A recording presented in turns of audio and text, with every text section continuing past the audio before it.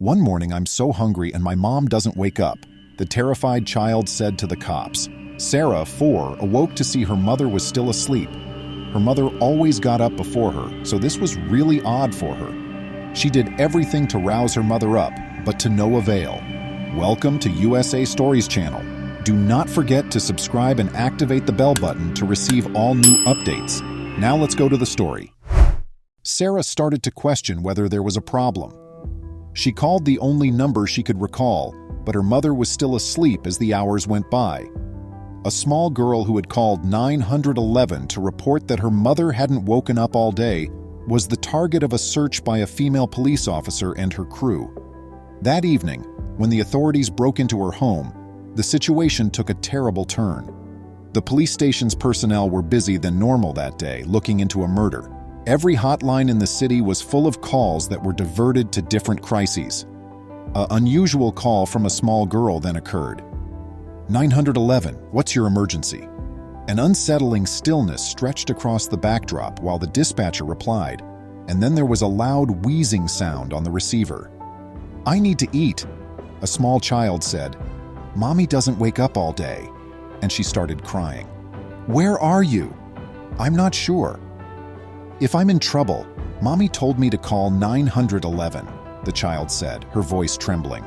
The girl was then asked to provide further information about her location by the dispatcher. Calm down, and what's your name?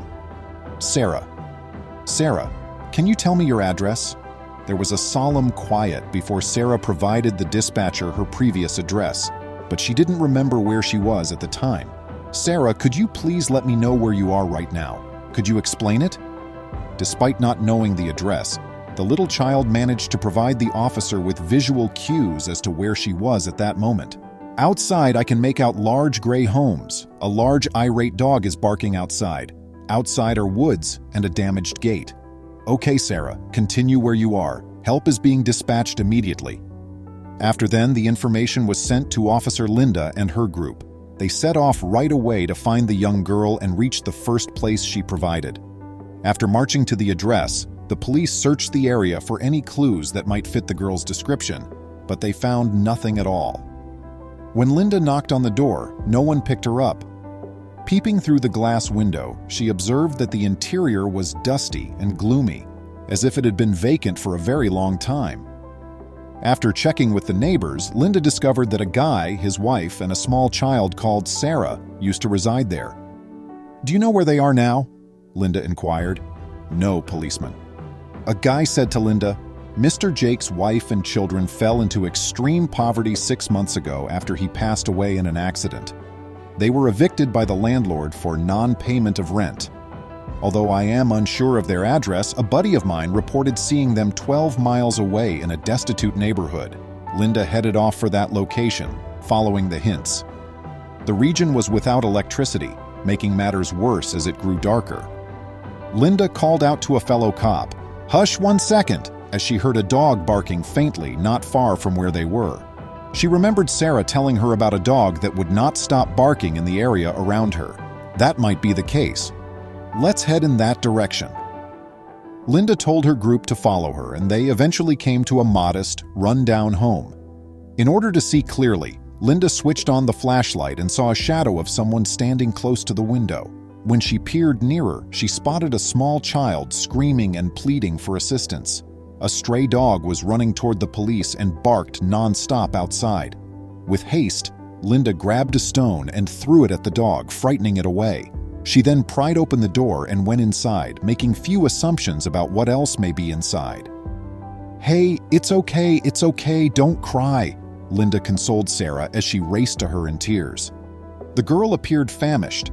I need to eat, Mommy isn't waking up, she repeated again and over. After putting Sarah in the car, Linda brought her outside. Give her some cookies, please, she assured her crew. I'll be right back, and then returned inside to find out where Sarah's mother was. She looked everywhere in the home for the woman, but she was unable to locate her. Linda continued searching and discovered a basement entryway. Sarah's mother was comatose on the floor when she entered. When Linda arrived at the scene and tried to rouse the woman, she felt as though her body was chilly. Sarah's mom had passed away. As soon as officers barged in, Linda called emergency services and social workers. An ambulance arrived a short while later and removed the woman's body for an autopsy. Since Linda had been under the impression that her mother was sleeping, she was unsure of how to break the news to Sarah. "How do I tell her her mother's dead?" Linda pondered. "Mommy, where are they taking my mommy?" Sarah took off after the ambulance. In an attempt to console her, Linda halted and gave her a strong hug. "Mommy will be all right, sweetie. Be a nice girl and pay attention to my advice." "No, I'd rather visit my mother. Get away from me," Sarah sobbed and held her tiny stuffed animal.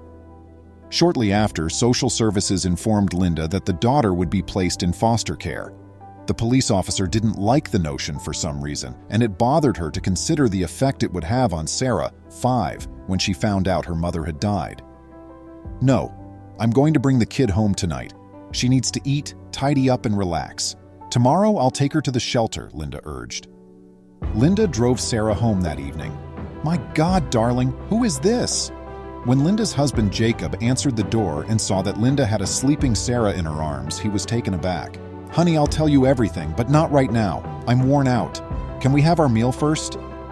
Later that evening, Linda told Jacob the whole story. "We still don't know how she passed away.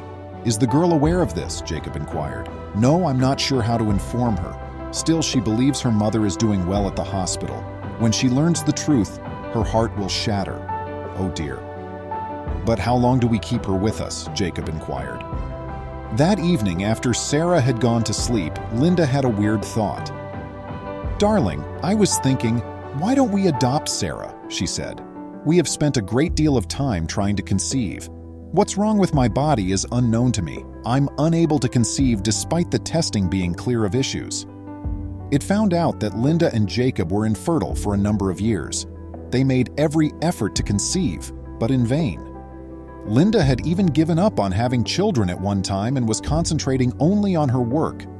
She assumed she would never become pregnant since she was always depressed and tired. A few months later, Sarah was adopted by Jacob and Linda, who celebrated their happiness with a grandiose party for friends and relatives. The party hall erupted in laughter, and Jacob called for a toast. "I believed that meeting Linda was the happiest day of my life," he said.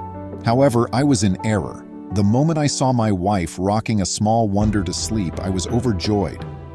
"Honey, can we be her parents?" was the question she posed to me. I was unable to resist the joy of becoming a father. "Happy little family of 3, cheers!" No, honey, wait, not 3, Linda abruptly cut off to a surprised Jacob. "We're going to be a happy little family of 4, she said, passing him an envelope with a test result that was positive. Jacob was the happiest guy on earth and could not believe what he saw. Linda's prayers were magnificently fulfilled just in time. "Happy little family of 4, everyone." With floods of happiness streaming from his eyes, Jacob lifted a toast. "Take a look at her. She is a tiny angel in need of love and guidance from her parents. She'll be offered for adoption, and she'll be taken in by an unknown couple. How about we adopt her? She truly is a lovely little miracle. How do you feel?" Jacob stared at Sarah, who was sound sleeping between them, thinking about what Linda had said. He recognized that this was the happiness he had been waiting for his entire life when he sensed their purity and presence eliminate the emptiness in their lives. The small act of kindness you perform makes someone who is grieving feel better. After learning that Sarah was an orphan and had lost her mother, Linda brought her home and gave her comfort. She later adopted Sarah because she desired to nurture her in a family surrounded by loving and supportive parents. Love, compassion, and miracles will rise from a compassionate heart that reaches down to uplift others. Because Linda did not want to give Sarah an orphan's life, she adopted Sarah. After several unsuccessful tries, she fell pregnant because of her kindness and affection for the young child, which gave her hope. Family is about someone who holds your hand and pulls you out of the dark. It has nothing to do with blood or DNA. Jacob came to see that family and children are about more than just blood and biological ties. They are about love and support when Linda convinced him to adopt Sarah. Please remember to subscribe to our channel, give us a thumbs up, and turn on the notification bell so you won't miss any of our videos. If you enjoyed the tale, the next video that plays on your screen will probably move you too.